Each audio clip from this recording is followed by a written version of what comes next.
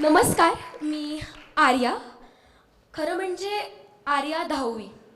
ते काय ना, नाव सांगितलं की पुढचा प्रश्न येतोच. आर्या, कितवीत आहेस? काय करतेस? आता 10वी म्हटलं की एक कॉमन रिॲक्शन. अगं बाई, 10वी वाटतं. बापरे, यावर्षी 10वी का?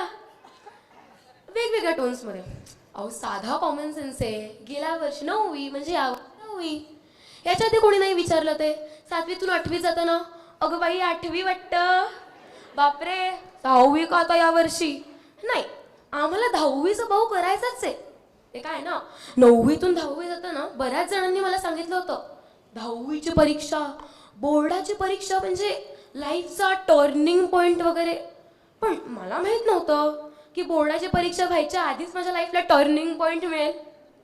अहो हो, कारण माझं अख्खं आयुष्य चेंज झालंय.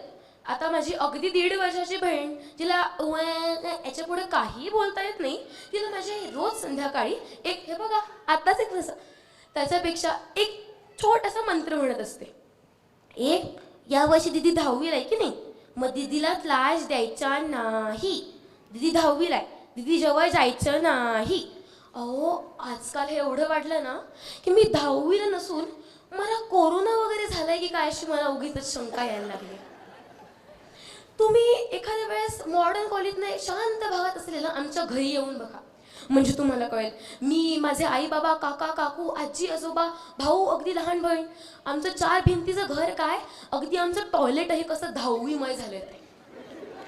हो, कारण ते काय ना, आता तुम्हाला म्हणून सांगते, ही काही सांगण्यासारखी गोष्ट नाही, पण तुम्हाला म्हणून सांगते. ते काय ना, मला टॉयलेटमध्ये थोडासा वेळ लागतो. म्हणजे ते काय ना, ती एकच जागा आहे जिकडे मी थोडा वेळ निवांत बसू शकते. म्हणजे तिकडे मी निवांत बसते सुद्धा.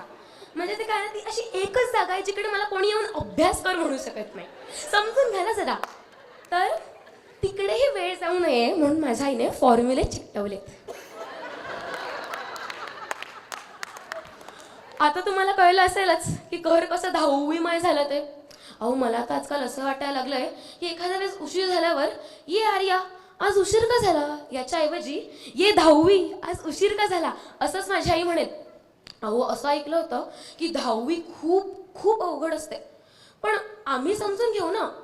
आता ऑक्टोबर महिना सुरू झालाय, सगळीकडे पेपर लिहिण्याची प्रॅक्टिस सुरू आहे. आमच्या घरी पण तेच सुरू आहे.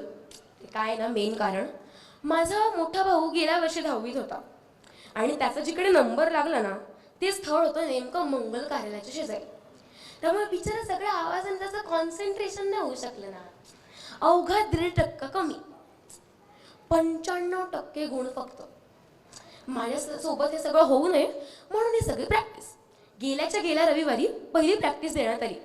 आता बोर्डाची परीक्षा मार्च महिन्यात, काही हॉल्समध्ये फॅन नसतो, तर उन्हाचा त्रास होऊ नये म्हणून मी आता ऑक्टोबर महिन्यात खिडक्या बंद करून, फॅन बंद करून, स्वेटर घालून खांब गाळत पेपर दिलेत. म्हणजे कशी त्याची पण प्रॅक्टिस होईल. आता ते काय ना, काही काही ठिकाणी आता माझ्या आईबाबांनी गेल्या रविवारी आमच्या घरी माझी आई काही ना काहीतरी दळत होती, आजी काही ना काहीतरी तळत होती, बाबा फोनवर तावातावाने कोणाशी तरी भांडत होते आणि माझी बहीण टीव्हीवर मोठ्या आवाजात पेपा पिग बघत होती. म्हणजे ते काय ना, माझा हॉल, हॉटेल किंवा मंगल कार्यालय या दोन्हीच्या शेजारी आला, म्हणजे त्याची सुद्धा प्रॅक्टिस होईल. आता काही हॉलच्या खिडक्यांमधून ऊन येत असतं. मग त्या उन्हाची प्रॅक्टिस व्हायला हवी म्हणून माझ्या आईबाबांनी मला त्याची प्रॅक्टिस देण्याची ठरवली. पण ते काय ना, आमचा बंगला एकदम शांत भागात, त्याच्या भोवती नुसतीच झाडी. म्हणून माझे बाबा पुढच्या रविवारी शेजारच्या बंगल्याच्या गच्चीवर जाऊन तिकडच्या नारळाच्या झाडाची फांदी हलवून तिकडून आरसा धरून माझ्यावर ऊन पाडणार आहेत. म्हणजे कशी त्याची पण प्रॅक्टिस होईल. आता त्याच्या पुढच्या रविवारी मोडक्या बेंचवर बसून पेपर लिहिण्याची प्रॅक्टिस असणार आहे. आमच्या घरी बेंच नसला तरी खुर्चीचा काही भाग कापण्यात येईल. आता तुम्हाला हे सगळी अतिशयोक्ती वाटत असेल तर नाही, काही घरात त्याच्यापेक्षाही जास्त होतं. पण मला असं वाटतं की या सगळ्या गराड्यात लोक हे विसरतात की 10वीचं वर्ष हे आमच्या शालेय जीवनातलं शेवटचं वर्ष असतं. आम्हाला सुद्धा मेमरीज क्रिएट करायच्या असतात. आम्ही सुद्धा थोडे सिरियस असतोच. डिसेंबर नंतर आम्हाला आपोआप सिरियस व्हायला लागतं. आणि तुम्हाला एक सांगू का, 10वीच्या सगळ्या विद्यार्थ्यांना चुकून तसं होत नाही, पण चुकून समजा तुम्ही विसरलात की तुम्ही 10वीला आहात, तर आजूबाजूचे सगळे लोक तुम्हाला आठवण करायला आहेत की तू 10वीला आहेस, अभ्यास कर. बरं, वातावरण फारच सेंटी झालं का? मी काय म्हणत होते, 10वीच्या सगळ्या पालकांना आणि विद्यार्थ्यांना आणि हो शिक्षकांना सुद्धा अजून काही 10वीचे लाईफ हॅक जाणून घ्यायचे असतील तर या आमच्या घरी. धन्यवाद.